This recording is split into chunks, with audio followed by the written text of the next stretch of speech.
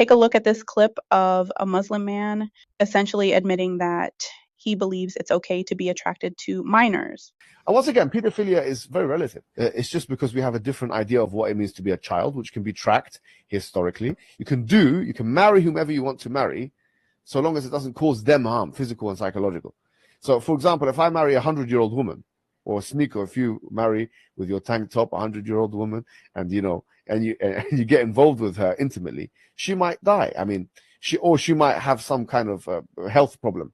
So we would say that, well, if you were to be intimate with a 14-year-old or 13-year-old who's got huge hips and huge breasts and huge body, I mean, quite frankly, we would say it's not going to have the same effect medically. I mean, no one can make the argument. But in these countries where we live in now, one is legal and one is illegal. You can't marry a 100-year-old woman, but you can marry that girl that's you can't be. You're a pedophile if you go for. And once again, pedophilia is very relative. Sir, I have one word for you: jail. Do not pass go. Do not collect $200. Just take your ass straight to jail.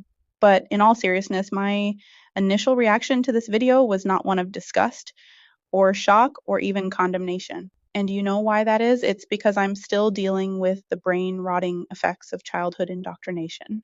You see, being exposed to a rhetoric like this is not new to me. All the Muslims in my immediate family agree with everything that man said. I grew up hearing it constantly. I believed in it. For the majority of my life, there was nothing out of the way for me to be aware that a grown man was expressing attraction to a 10 or 12-year-old. For some context, I went to an extremely strict Sunni Islamic institution here in the United States for much of my formative education. And when I was 12 years old, I received a marriage proposal from one of the male teachers who was in his 40s. Now, mind you, back then, at my immature little age, I was crushing on literal animations along with most of the male cast of Harry Potter. But despite this, the furthest thing from my mind was marriage to anyone at all, let alone some middle-aged, bald, crusty teacher. But this man used his power as an instructor and authority figure over me and held me behind after class had been dismissed to present me with this offer. I still remember him leering down at me with his stinky breath. I wasn't angry, though. That part sticks in my mind because deep down I knew he had a right to proposition me in this way, because the Prophet Muhammad, peace be upon him, married a 6-year-old and consummated this marriage when she turned 9. I was so indoctrinated that this didn't bother me in the least, because the Prophet was perfect in my brainwashed little mind. And because I was a Muhammad-loving, God-fearing Muslima, I didn't mind that this teacher expressed interest in me. At the time, I was just taken aback that he didn't go through the proper channels first and speak to my parents instead of to me directly, so I didn't have to stand there awkwardly receiving his advances on my own. That was the most scandalizing thing about it to me. This is how sick in the head I was with the ideology. I had verses and hadiths about how women should conduct themselves, committed to memory, and distinctly remember my mother drilling the age of Aisha into me. She used this to scold me a lot. Around 10 years old, she started hardcore reprimanding me to take care not to tempt men with improper hijab, since my curvy body was starting to come in and could cause men to falter and forget to lower their gaze. I always hated covering and would half-ass it, but one of my classmates, a 13-year-old girl, had committed to wearing the niqab. I couldn't stand her, by the way. She was the self-righteous type, and a family friend who constantly snitched on me for every little thing I did. It drove me crazy when my mom would sing her praises and tell me that I should strive to be more like her, since at 12 I was developing quite early and was one of those voluptuous preteens that Mohammed hijab was just salivating over. Anyway, getting back on track now, other female teachers got wind of the proposal, and instead of questioning the teacher about his interest in me, they shamed me for it. Because this is what Muslim women are taught to do, I got lectured about being a distraction and was taken out of that class. This was in the early 2000s, by the way. And some months later, when I was molested by my stepfather, I was blamed and shamed for that too, because in my mother's words, I enticed her husband because I was lawful for marriage and thus bore responsibility for the actions of men.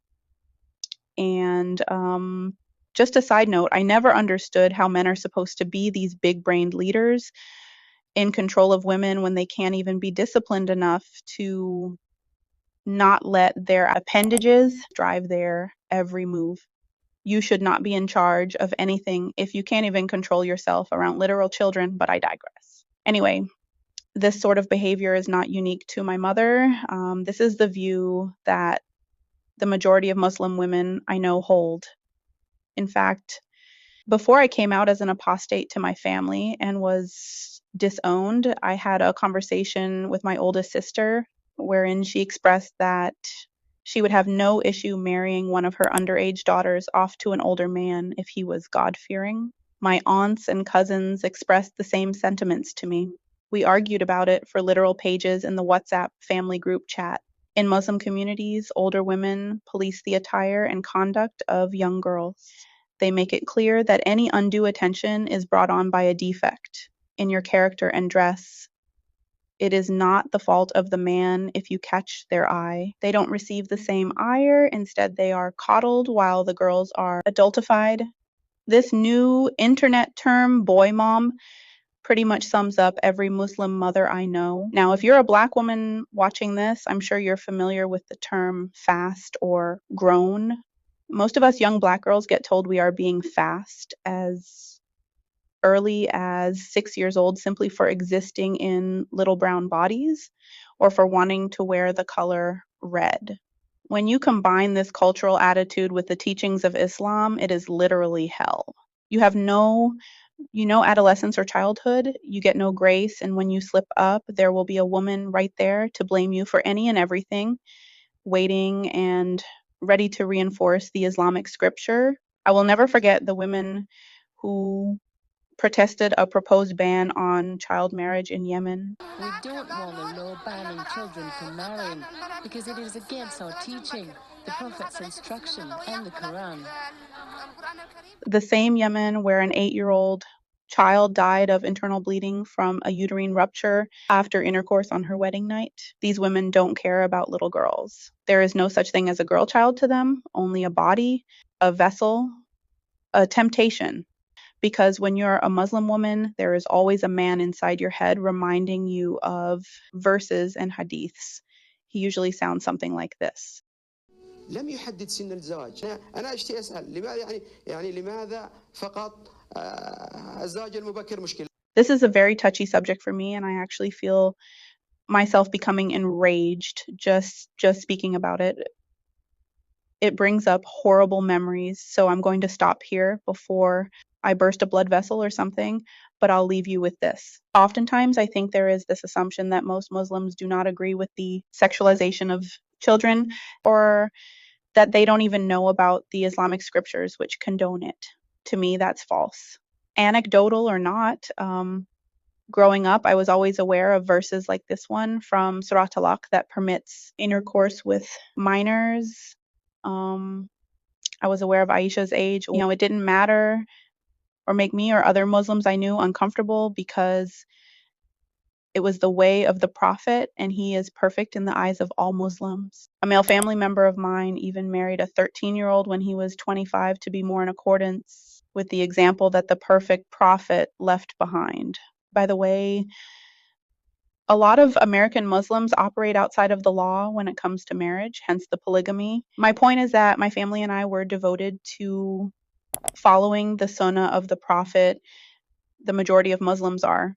And so long as any and all criticism of this faith gets labeled as Islamophobia, there will always be little children being harmed and sexually abused. There will always be women who uphold this system of abuse in the name of their God and the men they defer to. I call such women Serena Joys because they remind me so much of that character in the way that they support harmful ideologies, even when it is to their own detriment. Some might argue that these women are victims of these beliefs too, and I agree to an extent. But they aren't blameless. My hope is that content like this reaches the eyes and ears of those who have bought into the lie that Islam is the most feminist religion, full of peace and women's rights and protection for children. I hope that Americans stop biting their tongues when it comes to criticizing Muhammad and his vile teachings. I know I'm late, but before I end this, I also want to say Happy Easter to you if you celebrate, and Eid Mubarak to those observing. Enjoy the animal sacrifice. Well, that's it for today. Until next time.